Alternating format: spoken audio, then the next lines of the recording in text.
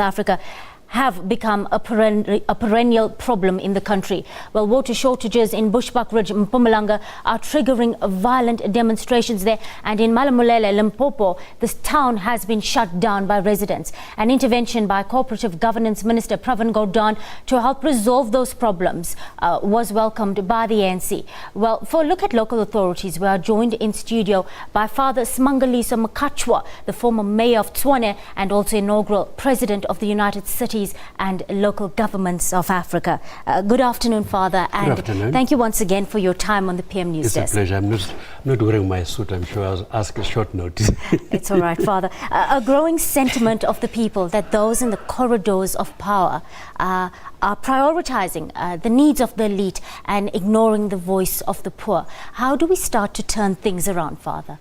Well, I wouldn't really move from that premise as a given, namely that there is that huge gap between the people in power and people on the ground. But it definitely is a worrying gap that has developed, particularly since 1994, because prior to that, we used to have structures on the ground, area committees, street committees, and so on, and with a very, very, very vibrant and strong and enlightening leadership on the ground. So communication, therefore, was made that much easier.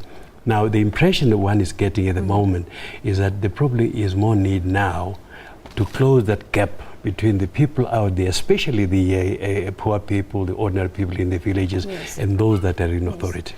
Would you say, Father, one of the ways to close those gaps would be a more consultative process if we saw more engagement from leaders and authorities with people on the ground? Are our leaders falling short in this regard when it comes to engaging with our communities, just being more visible so people feel that they're actually being listened to?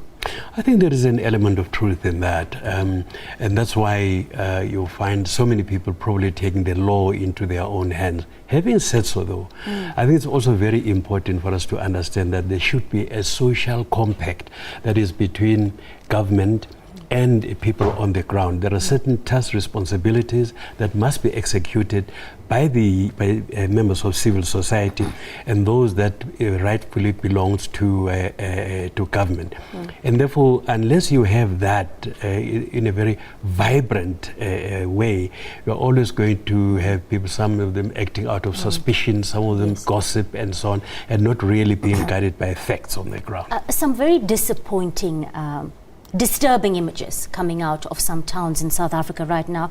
Residents, and this is what's concerning, including children engaging in violence, thuggery, looting, the burning of state property, etc. Of course, the constitutional right of people to voice their grievances and be heard must be upheld. But we've got to exercise the right to protest within the bounds of the law. And clearly, this is not happening. How do we turn things around? We want to inculcate certain values in emerging individuals, because what we're seeing now is very un-South African.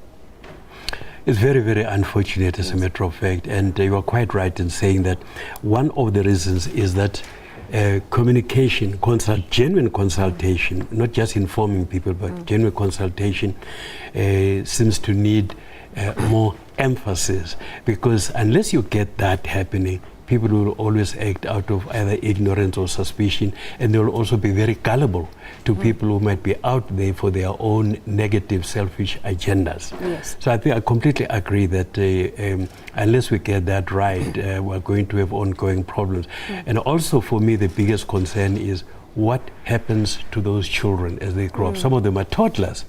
You know, they use violence in order to solve problems. They think that a criminal act such as looting and attacking other innocent people is the right thing to do. So I think that for me is of real grave concern, and we need to attend to it.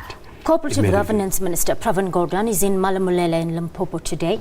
Well, he pointed out at a pivotal local governance summit last year that there is a need for sound financial management, basics like record keeping, keeping proof of daily transactions, preparing annual financial statements, and this is not being done adequately at municipal level right now, or it's being outsourced to consultants at exorbitant fees.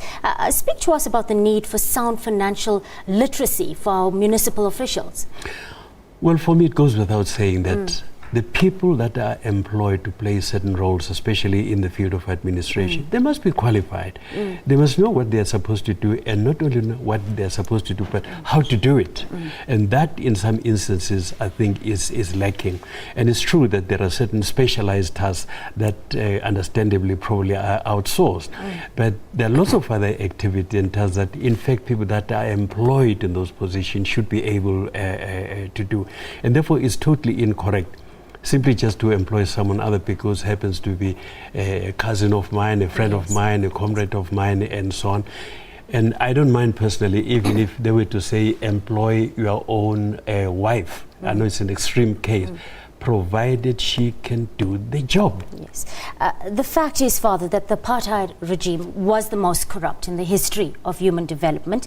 The levels of corruption and mismanagement, well, they reached unprecedented levels, but we never actually heard about it because there were no systems of government in place to hold those in power accountable. But it's no excuse. We need to clean up our municipalities and we need to clean them up fast. Where do we begin? Well, first of all, we've got to make sure that we employ people that take seriously the values of integrity, respect for people, people that have a good work ethic, people that are prepared to listen to people when they express their own views.